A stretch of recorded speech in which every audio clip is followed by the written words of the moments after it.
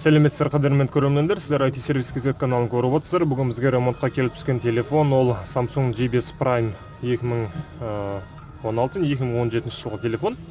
Келген мәселесі, телефон Google аккаунт болғатынан қолданып қалған. Және жерде даледе келесі бетке ешбір мүмкіндіксіз өткізбейді.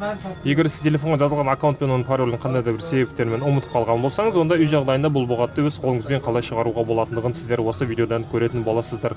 Айта кететін, бұл телефонның моделіне байланысты біз Google аккаунт болғатын шығаратын видео біздің каналымызда бар. Бірақ бұл тәсіл, яғни осы қазір системасының ішінде Android версиясы 8-ші Androidқа ауысқан екен. Сол 8-ші Android'та қалай Google аккаунт болғатына шығаратын тәсілін көрсеткіміз келіп отыр. Android 8-ге байланысты видео көрсеткіміз келіп отыр, видео сабақты. Ол үшін бізге кішкене дайындық керек болады. Сіздер осы подтверждение аккаунты деген бөлкеден келген болсаңыз артқа қайтасыздар. Және Wi-Fi-ға қосып алуларыңыз керек болады телефондарыңыз, Wi-Fi желісіне. Одан кейін бізге номер керек болады. Сим-карта, былай айтқанда, пин-код сұрайтын сим-карта. Біздің жағдайымызда Теле2 номерінде сим-картаның пин-коды 40 Қазақстандағы. Немесе актив алсаңыз болады, немесе Алтел. Сол сим-картаны сіздер телефонға саласыздар. Және бетін салған кезде, қараңыздар, қазір беті құлтанады бізде. Пин-кодты жаз деп сұрап тұр бізден. Енді біз ешқандай пин-код жазбаймыз, және сим-картаны қайтадан шығарамыз біз. Сол пин-кодқа түсіп тұрған. Және инені біз сұққан кезде, телефонның беті ашыла бастаған кезде өшіріп қосу кнопкасын басып, телефонның бетін құлтауымыз керек болып. Келіңіздер, бірге байқап көреміз. Инені сұқтық, бетін құлтадық. Және не жерде сим-карта не вставлен деп шығады. Сол кезде экранда құлтайсыздар, және бір рет бассаңыздар, телефонның экранында сим-карта не вставлен дегенде окей дейсіздер, және выход не выполнен деген мынандай хабарланып тұрады. Осындай. Осыны оңнан солға қарай кішкене былай жылжытасыздар. Және мына жерде қоңыраушаның белгісі болады. Осы қоңыраушаның белгісінен басып, ол жерде настройка уведомления деген таңдайсыздар. Одан кейін дополнительный жоғары оң жақта осыған басамыз батырмаға. Одан кейін мына сим-карта енді бізге қазірше қажет емес, оны алып тастай саласыздар. Және ең төменіне түсеміз, дополнительный настройка деген жерде. Қазір кішкене күтейік. Бізде ең төменде YouTube деген приложение шығу керек. Қазір бір артқа қайтадан дополнительный басып көріп көрсек.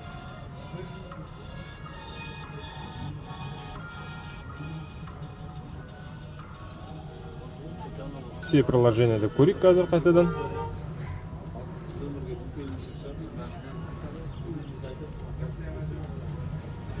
Мына жерде қазір YouTube болу керек еді. YouTube'да күтейікші қазір, неге шықпай жатқан.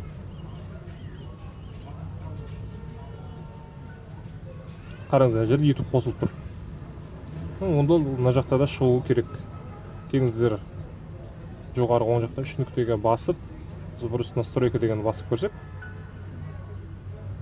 YouTube.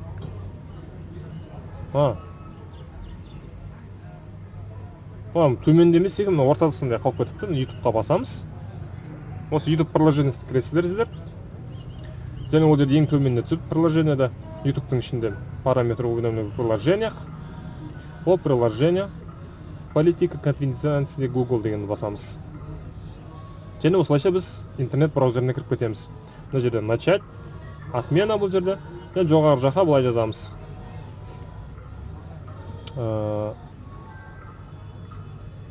Google аккаунт. Google аккаунты жазылып отқан. Қараңыздар, Google аккаунт менеджер деген шыға қойды. Осыған басамыз. Және мына жерде Google аккаунт менеджер 6.1 деген бар. Осыған таңдай саласыздар, егер осылай шықса.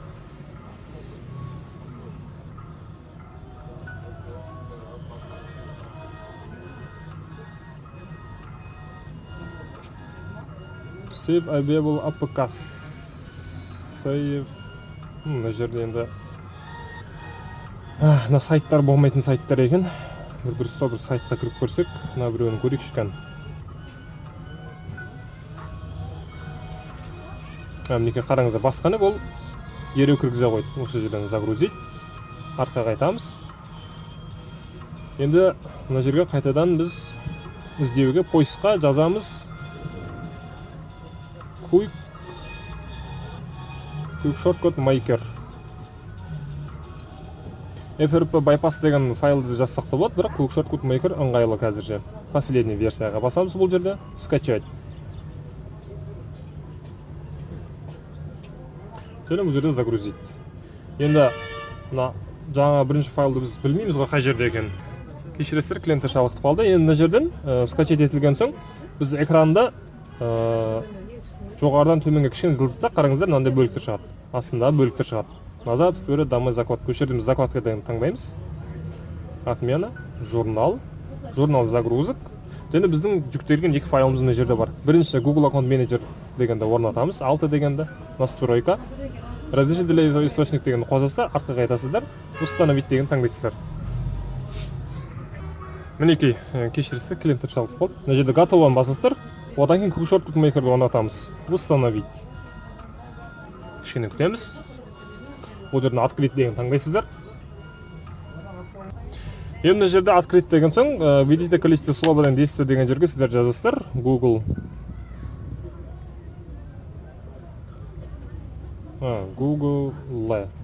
Окей.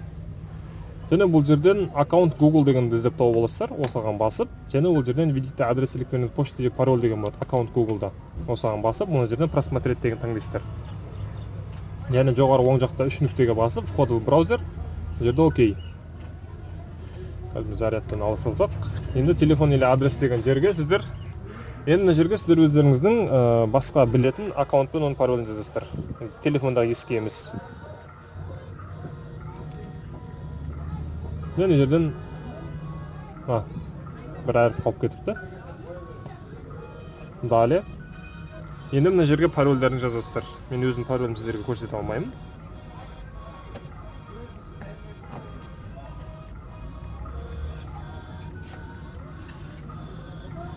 Және пароль жазылған соң мына жерде войти дегенді басамыз. Кішкене күтесіздер. Ол бізді просмотреть деген жерге қайтадан лақтырады. Осы жерден енді барлығынан артқа қайтып шығамыз. Міне. Қай жерге кірдік, соның барлығынан артқа қайтып шығасыздар. Және бастапқы баптаудың барлығын қайтадан өтіп шығамыз. Мына жерде маған даледе өтсек те болатын еді. Принять. Қазір кішкене күтеміз. Аккаунт добавлен деп шығады ол бізде. Қараңыздар, аккаунт добавлен, біздің жазылған аккаунтымыз. Далее мына жерде.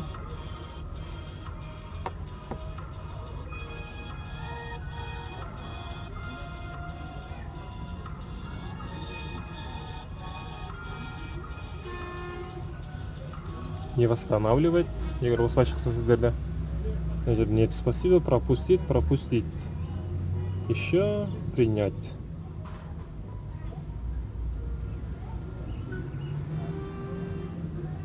Яғни осы баптаудың барлығынан өтіп шығасыздар. Яғни пропустить далее деп. Готово деп ең ақырына басамыз. Бұл жерде отмена жарайды.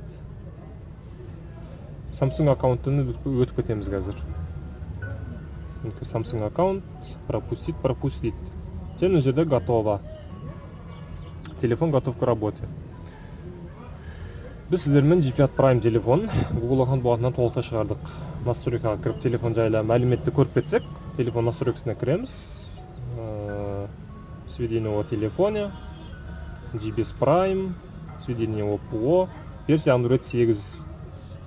Уровень безопасности Android 1 август 2019 екен, қараңыздар. Артқа қайтамыз. Бұл жерден де бұны енді біз өзіміз клиентке жасап жатырмыз. Ал егер сіз өзіңіз үшін жасап жатсаңыз, сонда ішіндегі аккаунтты қалдырып қолдансаңыз болады. Енді клиентке менің аккаунтым ешқандай қажет емес. Удалить учетный запись дегенді басып, мен аккаунтымды өшіріп тастаймын. Және осылай телефонда бұғаттан толықтай шығарып, жай барақат қолдана берсеңіздер болады. Сонымен егер видео сіздерге ұнаған болса, пайдалы болған болса, видеоға лайк басып каналға тіркеліңіздер, сұрақтарыңызды комментарийға қалдырыңыздар. Біз оған міндетті түрде жауап беретін боламыз. Сіздердің біздің каналға тіркелгендеріңіз ол біз үшін өте үлкен бір жетістік. Алдағы уақытта бізді көптеген қызықты видеолар, мәліметтер күтуде. Сондықтан каналымыздан ажырамаңыздар. Сау, сәлеметте болыңыздар.